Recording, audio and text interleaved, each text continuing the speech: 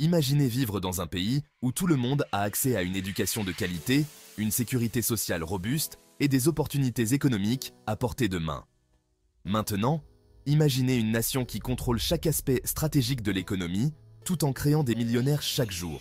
Aujourd'hui, on plonge dans certains des modèles économiques les plus influents au monde, et vous allez voir lequel pourrait déterminer notre avenir. Avant de continuer, assurez-vous d'être abonné. Croyez-moi, vous ne voulez pas manquer ce qui arrive ensuite.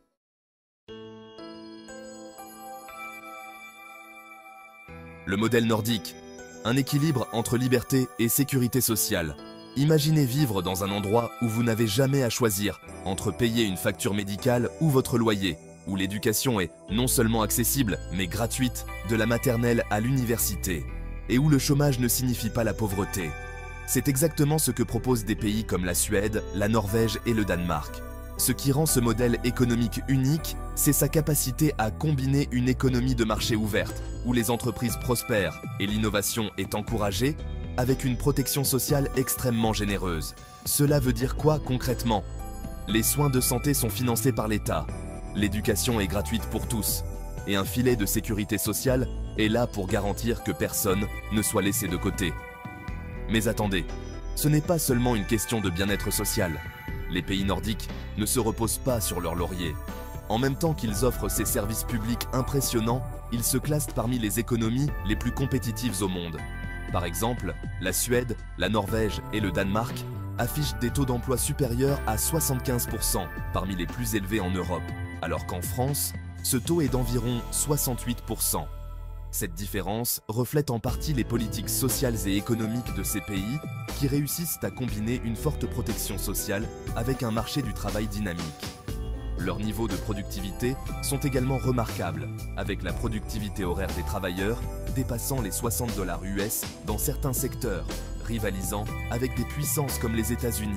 De plus, ces nations maintiennent des taux de pauvreté parmi les plus bas au monde, avec environ 12% de la population vivant en dessous du seuil de pauvreté.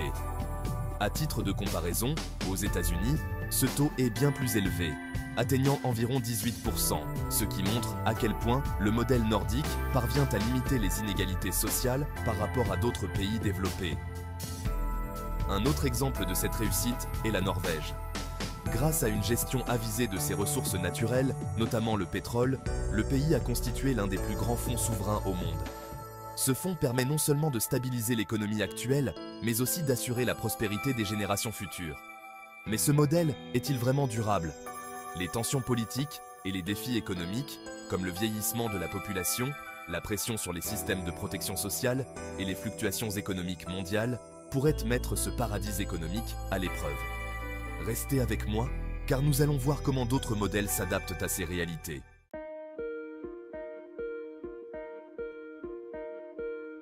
L'économie sociale de marché allemande, un modèle de consensus. Ensuite, direction l'Allemagne. Après la Seconde Guerre mondiale, l'Allemagne était en ruine, son économie dévastée. Pourtant, en l'espace de quelques décennies, elle est devenue l'une des puissances économiques les plus influentes au monde. Comment est-ce possible? Grâce à ce que l'on appelle l'économie sociale de marché. Ce modèle combine le meilleur des deux mondes. Le dynamisme du capitalisme, où les entreprises sont libres d'innover et de se développer, et une régulation étatique intelligente, où l'État intervient pour maintenir un équilibre et garantir la justice sociale. En d'autres termes, l'État joue un rôle clé pour assurer la stabilité économique et sociale, mais sans étouffer le secteur privé. Ce modèle permet aux entreprises allemandes d'être parmi les plus compétitives à l'échelle mondiale, en particulier dans des industries comme l'automobile, la chimie et l'ingénierie.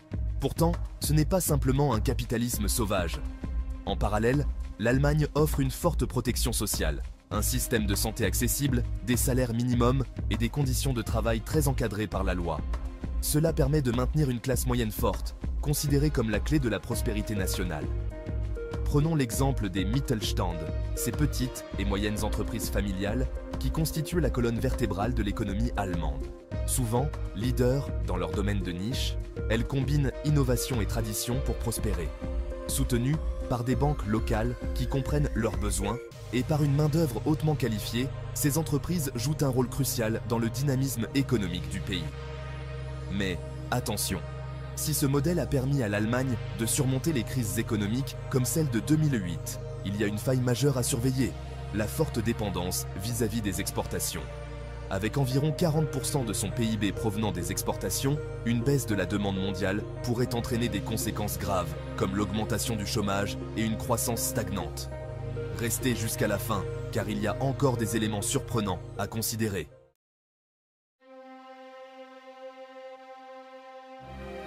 Enfin, on se tourne vers le géant, la Chine. En à peine quelques décennies, la Chine est passée d'un pays isolé économiquement, vivant principalement de son agriculture, à une superpuissance économique mondiale.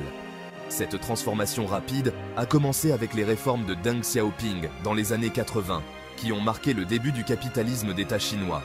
Contrairement à une économie de marché purement libre, le capitalisme d'État en Chine se distingue par le rôle central que joue l'État dans les secteurs stratégiques. L'État contrôle les industries clés comme l'énergie, les télécommunications et les infrastructures, tout en permettant au secteur privé de prospérer dans d'autres domaines. Cela signifie que, bien que des entreprises privées existent et innovent, elles évoluent dans un cadre strictement surveillé et orienté par le gouvernement central. Le résultat ? Une croissance économique spectaculaire. La Chine a connu des décennies de croissance à 2 chiffres, atteignant des taux de croissance annuels allant jusqu'à 14% dans les années 2000, devenant ainsi l'atelier du monde avec des millions de produits manufacturés. En parallèle, elle a construit plus de 30 000 km de voies de ferrée à grande vitesse en moins de 10 ans. Plus de 700 millions de personnes ont été sorties de la pauvreté. Et aujourd'hui, la Chine représente environ 17% de l'économie mondiale, se positionnant comme une concurrente directe des États-Unis en termes de puissance économique et d'influence mondiale. Cependant, cette réussite repose sur un modèle unique qui pourrait être difficile à reproduire ailleurs. Le gouvernement central maintient un contrôle rigoureux sur les ressources et le développement, garantissant que les objectifs nationaux à long terme priment sur les dynamiques de marché traditionnelles. Mais cette approche est-elle viable pour d'autres nations? C'est la question que nous allons examiner. Si l'ascension fulgurante de la Chine vous intrigue, n'hésitez pas à laisser un like et à partager vos réflexions dans les commentaires. Pensez-vous que ce modèle pourrait être appliqué avec succès dans d'autres pays? La Chine a-t-elle trouvé une recette miracle ou est-ce un système réservé à ses spécificités? Mais attention, ce modèle présente aussi des risques majeurs. Les tensions avec l'Occident, la montée de la dette et le vieillissement démographique sont autant de défis qui pourraient bouleverser ce système dans les années à venir. Certains experts vont même plus loin en prédisant des turbulences majeures qui pourraient freiner cette superpuissance. Restez avec moi, car il est essentiel de comprendre les enjeux qui accompagnent une telle ascension économique.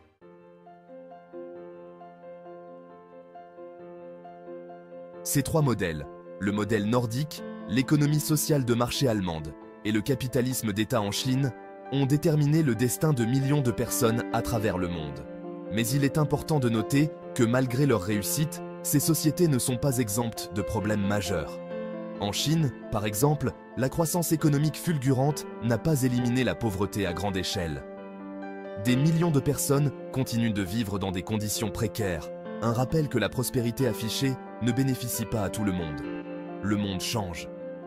Face aux crises globales et aux nouveaux défis économiques, les modèles qui fonctionnent aujourd'hui pourraient être obsolètes demain. Quel modèle tiendra bon dans les 20 prochaines années et lequel s'effondrera?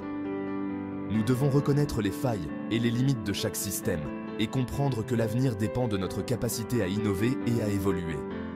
Si vous voulez comprendre comment ces modèles pourraient réellement façonner l'avenir, abonnez-vous et partagez cette vidéo avec quelqu'un qui devrait vraiment en savoir plus. Ensemble, analysons l'avenir de ces systèmes économiques. Ces systèmes nous montrent qu'aucune nation n'a trouvé la solution parfaite. Chaque modèle a ses faiblesses, et parfois, c'est dans ces faiblesses que naît l'opportunité d'un changement radical. Alors, que retiendrez-vous de ces leçons pour transformer ce qui vous entoure? Souvenez-vous, il suffit parfois d'une petite étincelle pour changer le destin de millions de personnes.